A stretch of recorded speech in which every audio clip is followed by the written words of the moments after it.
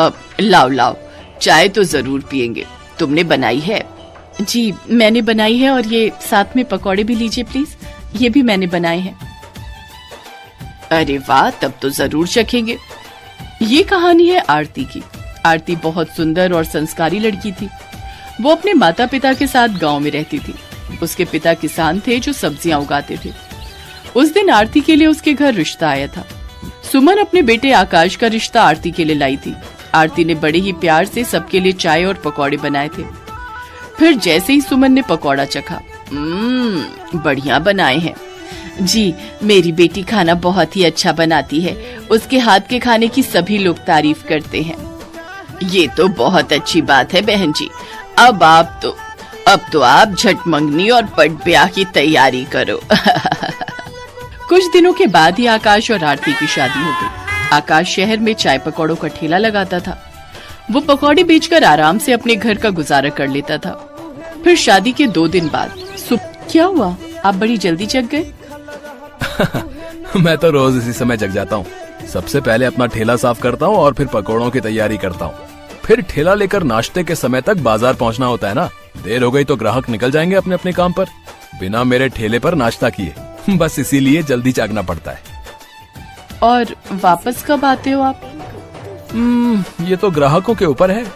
जिस दिन अच्छी बिक्री हो गई उस दिन दोपहर तक आ जाता हूँ, वरना कई दिन तो शाम भी हो जाती है।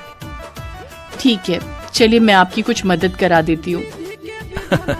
तुम क्या करोगी? जाओ सो जाओ। नहीं, आप इतना काम अकेले करेंगे और मैं सो जाऊं, ऐसा कैसे हो सकता है? इसके बाद आरती ने सबसे पहले आकाश के साथ उसका ठेला साफ करवाया। अरे वाह, सच में आज तो सारा काम बहुत जल्दी हो गया। कैसे नहीं होगा, बड़े बुजुर्ग कहते हैं ना, एक से भले दो। सही कह रही हो। वैसे आज तो जोश जोश में करा दिया, कल भी कराओगी ना मेरी मदद?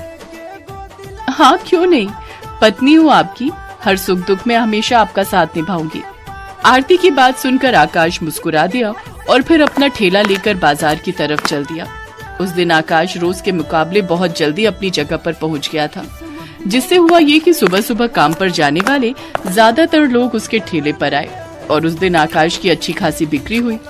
फिर वो दोपहर में 1 बजे ही सारे पकौड़े बेचकर घर वापस भी आ गया। अरे आज बहुत जल्दी आ गया बेटा, क्या हुआ, सब ठीक है? ठीक नहीं माँ, सब बहुत ही बढ़िया है। इसके बाद आकाश ने एक सांस में अपनी माँ सुमन को सारी बात बता दी, जिसे सुनकर सुमन भी बहुत खुश हुई।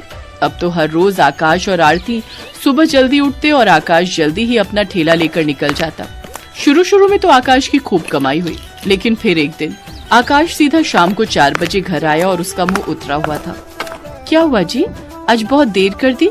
और ये क्या, ठेले पर सारा सामान तो वैसे का वैसा ही है। पता नहीं क्या हो गया है आरती, अब लोग मेरे ठेले पर नहीं आ रहे।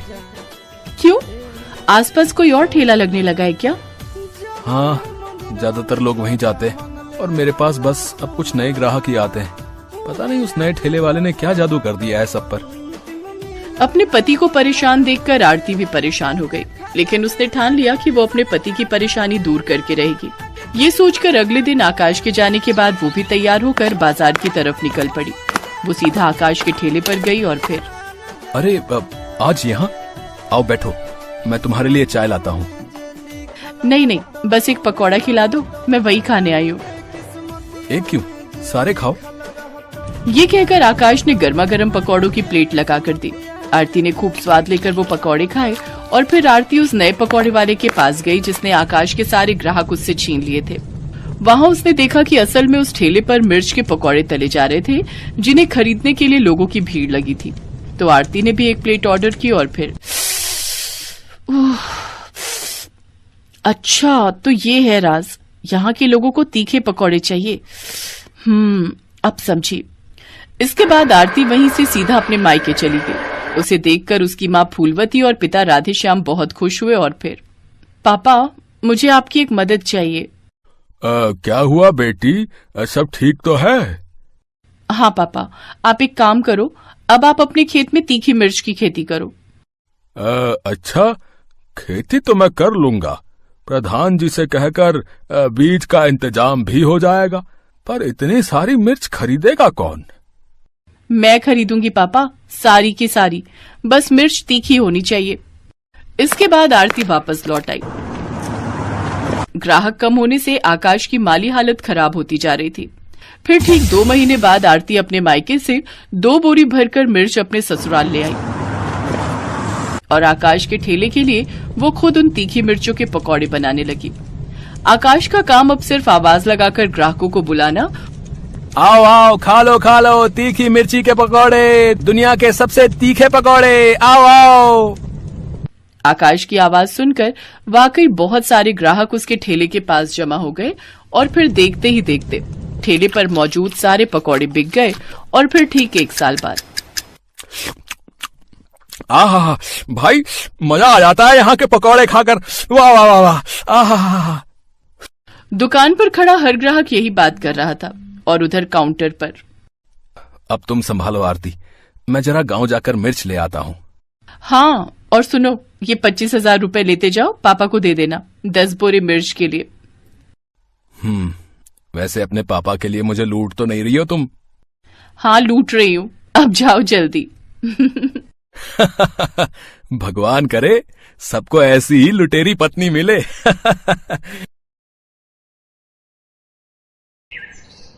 पूर्णिमा एक छोटे से गांव में रहने वाली साधारण सी लड़की, जो अब मुंबई जैसे बड़े शहर की एक मॉडर्न फैमिली में शादी होकर आ तो गई, पर उनके व्यवहार को अभी जानते हुए उसे एक ही दिन बीता था।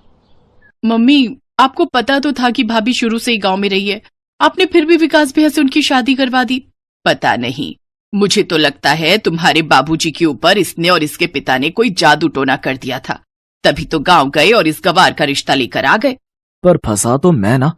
मेरे सब दोस्त कितना मुझ पर हंसेंगे कि मैंने शहर की मॉडर्न लड़कियां छोड़कर गांव की गवार से शादी कर ली। ये सब पापा की वजह से हुआ है।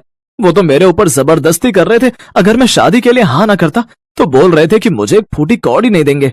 अब क्या कर सकते हैं बेटा, अब तो शादी हो गई है।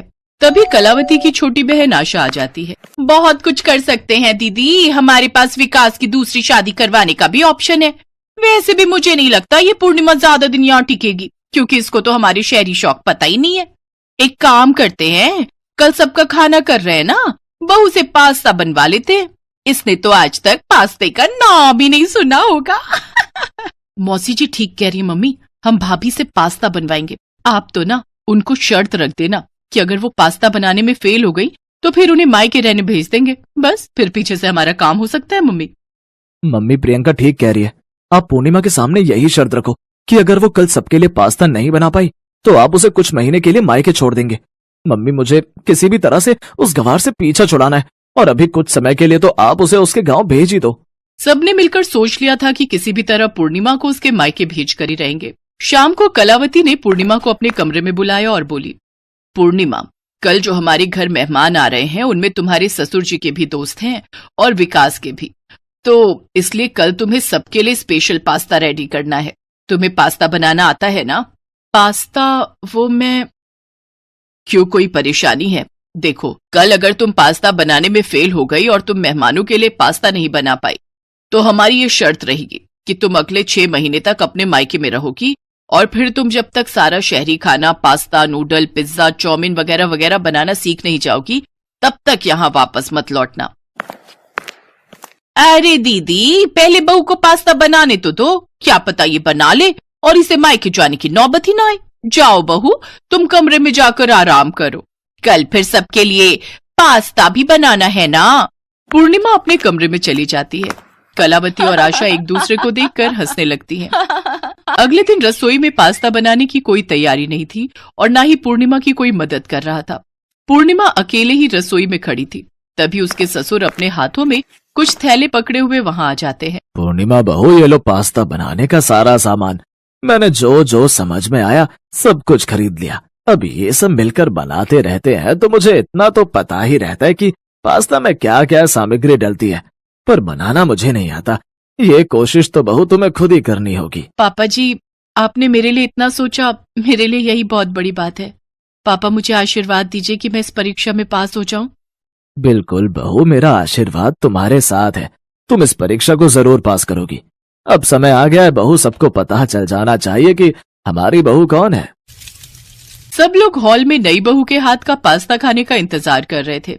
मम्मी, मैं एक बार किचन में देख कर आती हूँ, भाभी से पास्ता बना भी है या नहीं। वैसे मुझे नहीं लगता कि उन्होंने पास्ता बनाया होगा, वो तो देसी खाना ही बनाना जानती हैं। हाँ हाँ, देख कर आ कि आखिर रसोई में इतनी देर से कर क्या रही है। प्रियंका जैसे ही किचन में जाने लगती है तभी वो पूर्णिमा को अपने हाथ में पास्ता सजाकर लाते हुए देखती है। पास्ते की खुशबू पूरे घर में फैल रही थी। अरे वाह, बहू पास्ते की खुशबू तो बहुत बढ़िया आ रही है।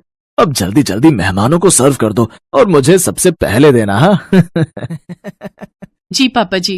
वैसे मम्मी जी, आपके पास्ते में ऊपर से कुछ स्पाइसेस जैसे चिली फ्लेक्स, ऑरिगेनो वगैरह ज्यादा छिड़कना है या फिर आप अपने टेस्ट के अकॉर्डिंग ले लोगे? विकास, मैंने आपके लिए रेड सॉस पास्ता भी रेडी किया है। मुझे पता है आपको रेड सॉस पास्ता बहुत पसंद है एक्स्ट्रा चिली के साथ।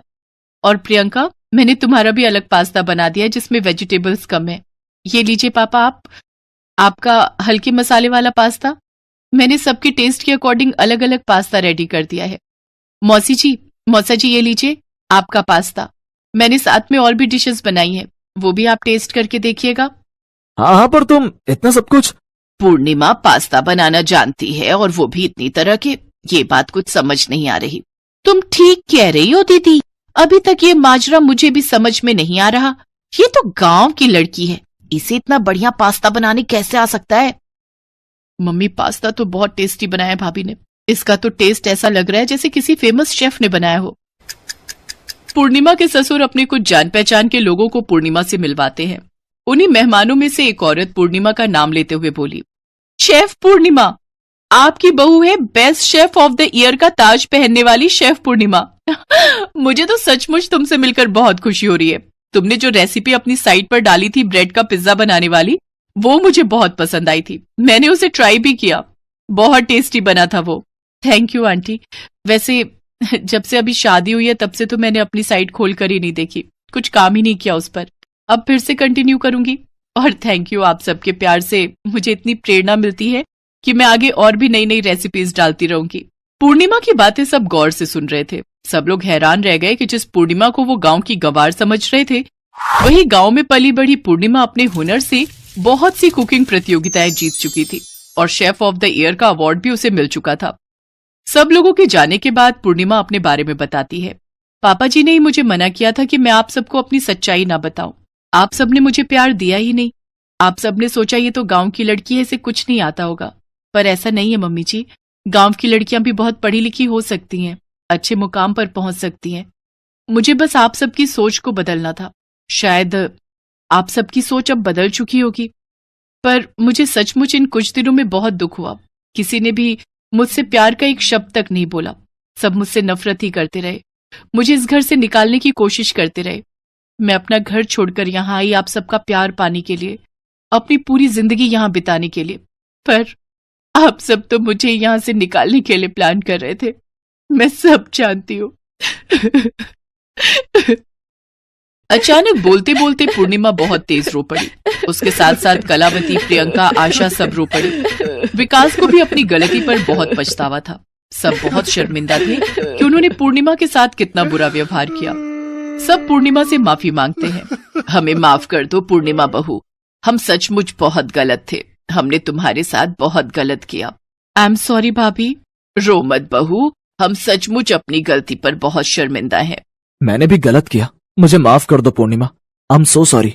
सबको अपनी गलती का एहसास था। इसके लिए पूर्णिमा सबको माफ करके अपने जीवन की नई शुरुआत करती है।